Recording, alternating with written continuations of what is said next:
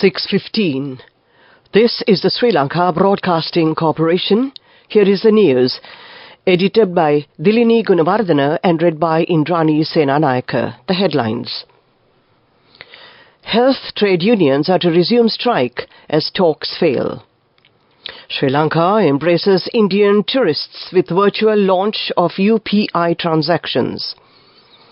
Minister Dr. Bandula Gunawardena emphasizes that a government cannot function without a proper financial management. Maximum prices for 6 essential food items are revised.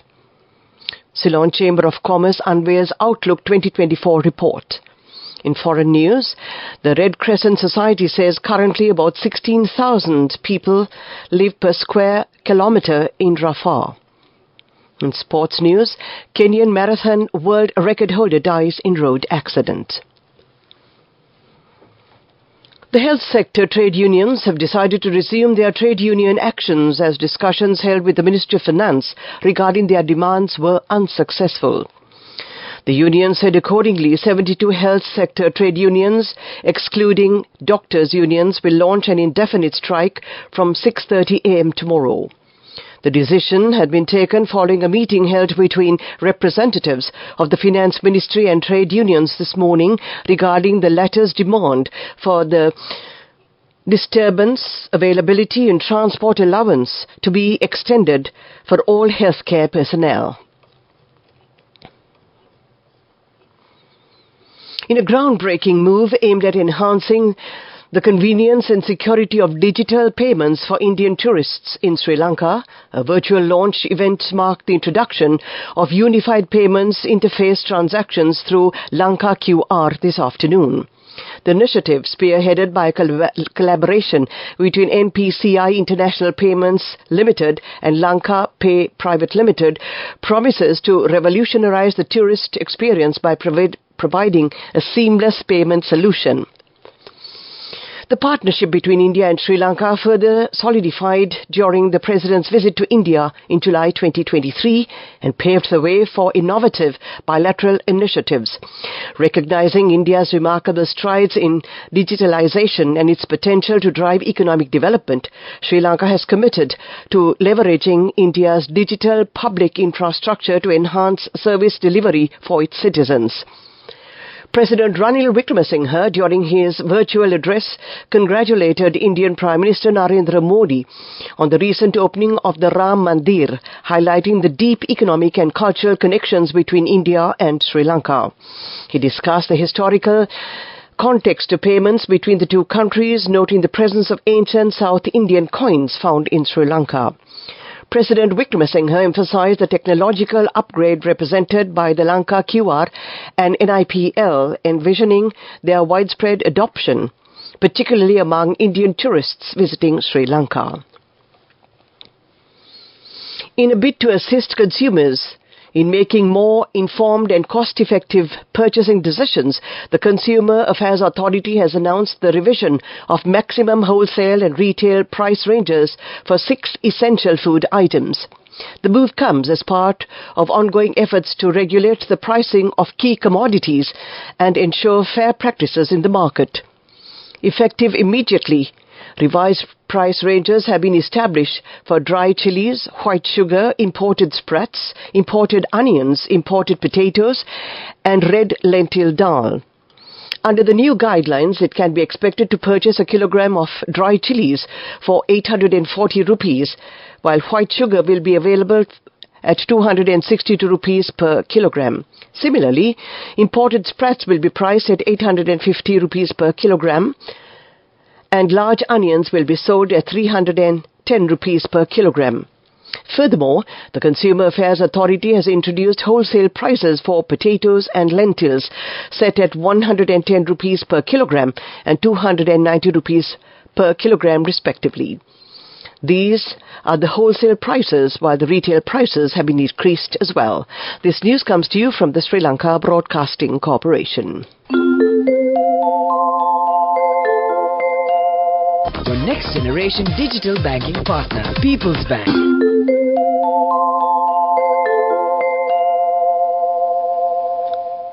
We continue with local news. The 9th edition of the annual flagship Outlook Report for 2024 by the Ceylon Chamber of Commerce was recently launched at the Economic Outlook 2024 seminar. Governor of the Central Bank, Dr. Nandalal Veerasinghe, delivered the keynote address at the launch event.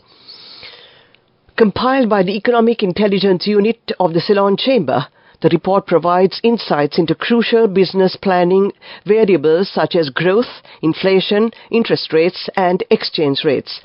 The theme for this year's report is striving towards a new growth path. It comprehensively reviews the performance of the domestic, global, and regional economies, offering perspectives on key sectors such as tourism, apparel, IT, tea, banking, and renewable energy. Delivering the opening remarks, Mr. Duminder Hulangamur, chairman of the Ceylon Chamber, emphasized that the current issues can be resolved with implementation of reforms that will benefit the common people. Speaking at the event, Dr. Nandalal Veerasinghe affirmed that there are positive signs of 3% growth. The reforms may be difficult, but they will produce results if they are well directed. It was further added that a surplus in the external sector in 2024 can be expected if the fiscal balances are well managed. The Ministry of Education has issued a notice on the admission of schools for students who sat the Grade 5 scholarship examination in 2023. As per the notice, appeals for the enrollment of students for Grade 6 based on the scholarship examination results will be accepted from tomorrow. The Education Ministry said the appeals will be accepted from the 13th to the 29th of February 2024 via the online system. Appeals can be made for a maximum of 3 schools via the application sent through the Education Ministry's official website www.moe.gov.lk, and that ends the local segment of news.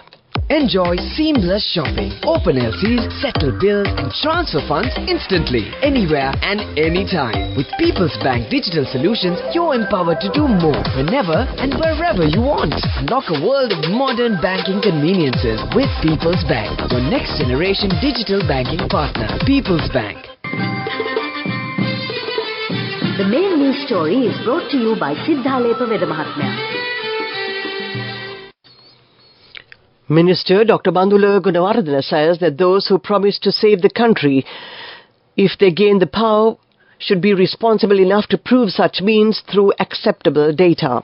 The politicians can make any such statement. However, government cannot function without a proper financial management.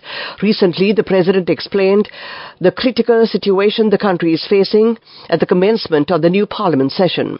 Therefore, everybody should do their best to overcome the economic crisis.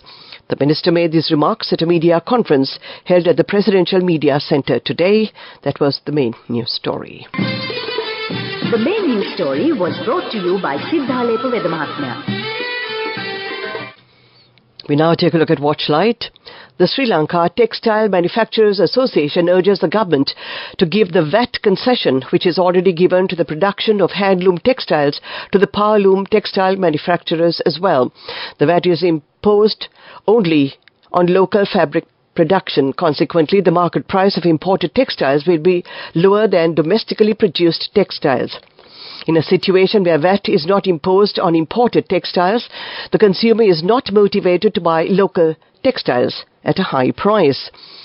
Sri Lanka Textile Manufacturers Association Chairman E.A.N.S. Pereira said, therefore, that the livelihood of around 50,000 people who are engaged in the local textile manufacturing industry has been challenged.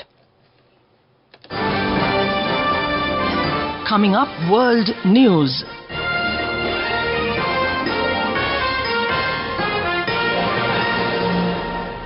The headlines. The Red Crescent Society says currently about 16,000 people live per square kilometre in Rafah. Court orders Netherlands to halt delivery of fighter jet parts to Israel. The UN says that migrating species crucial to planet are under threat.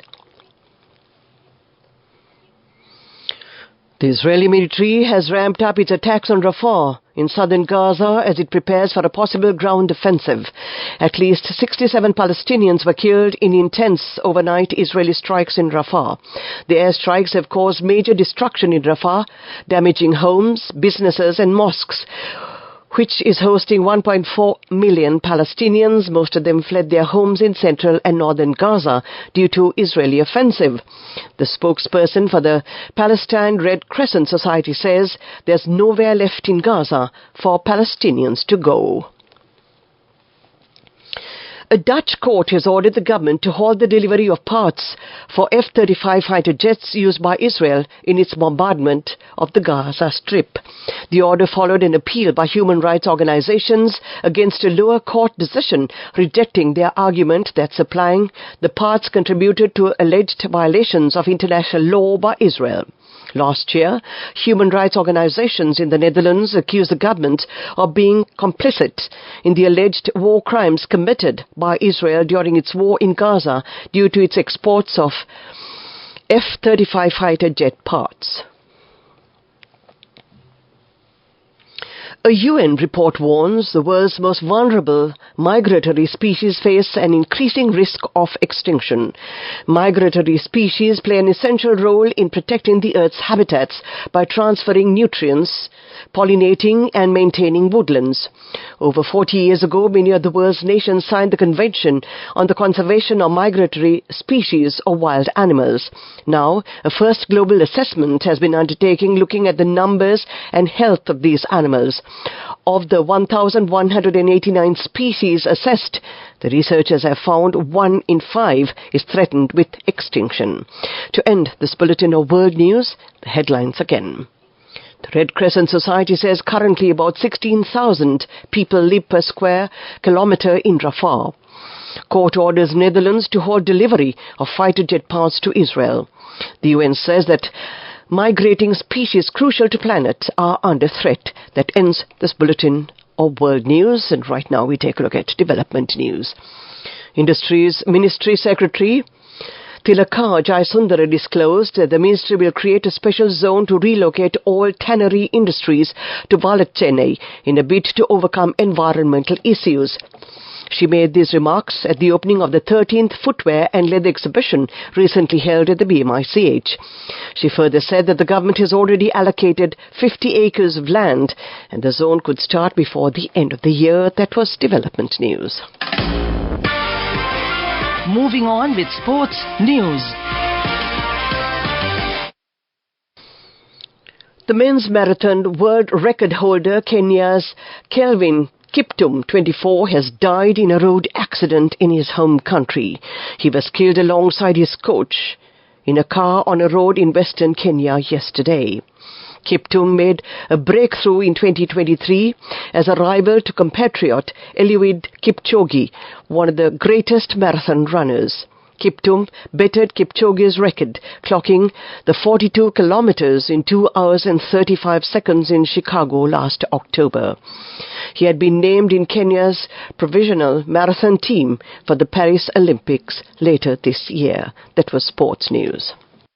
Go ekatiyana youth ekata life eke change ekata niyameta setna aswahagena dekupugina habekarana youth ekata niyameta setna friendship ekamenna. The all-new NSB Ithumitru account, NSB IAM, a plan for your dream. Business News, sponsored by National Savings Bank, the safest place for your money. Maxim Impressions Lanka Private Limited bagged the Gold Award in the large-scale category of the Advanced Manufacturing and Digital Technology sector at the National Industry Excellence Awards 2023, organized by the Industrial Development Board. Since its inception, Maxim has been offering brand identity protection and information technology solutions to retailers and major brands in the world. Business News, sponsored by National Savings Bank, the safest place for your money. Go ekatiyana youth ekata life eke change ekata niyameta setna aswahagena dekupugina habekarana youth ekata niyameta setna friendship ekamenna. The all-new NSB NSB Ithumitru account. NSB IM, a plan for your dream. The 9th edition of the annual flagship Outlook report for 2024 by the Ceylon Chamber of Commerce was recently launched at the Economic Outlook 2024 seminar. Dr. Nandalal Veerasinghe, Governor of the Central Bank of Sri Lanka, delivered the keynote address at the launch event. The theme for this year's report is Striving Towards a New Growth Path. Weather report. And finally, we take a look at the weather report. Several spells of showers will occur in the eastern and Nuwa provinces and in the Polonnaruwa, Matale and Nuwara districts. A few showers may occur in the northern province and in the Anuradhapura district. Showers or thundershowers may occur at a few places in the western and Sabaragama provinces and in the Galle and Matara districts in the evening. Fairly strong winds of about 30 to 40 kilometers per hour can be expected at times on the eastern slopes of the Central Hills and in the northern, north central, southern, northwestern Uva and the eastern provinces. Misty conditions can be expected at some places in the western and Sabaragama provinces and in the Galle and Matara districts during the morning hours. To end this evening's news broadcast, the headlines again. Hairs trade unions are to resume strike as talks fail. Sri Lanka embraces Indian tourists with virtual launch of UPI transactions. Minister Dr. Bandula Gunavarana emphasizes that a government cannot function without a proper financial management. Maximum prices for 6 essential food items are revised. The Ceylon Chamber of Commerce unveils Outlook 2024 report. In foreign news, the Red Crescent Society says currently about 16,000 people live per square kilometre in Rafah. And in sports news, athletics. Kenyan marathon world record holder dies in road accident. That ends this evening's news broadcast. 32 minutes past 6 o'clock. This is Radio Sri Lanka.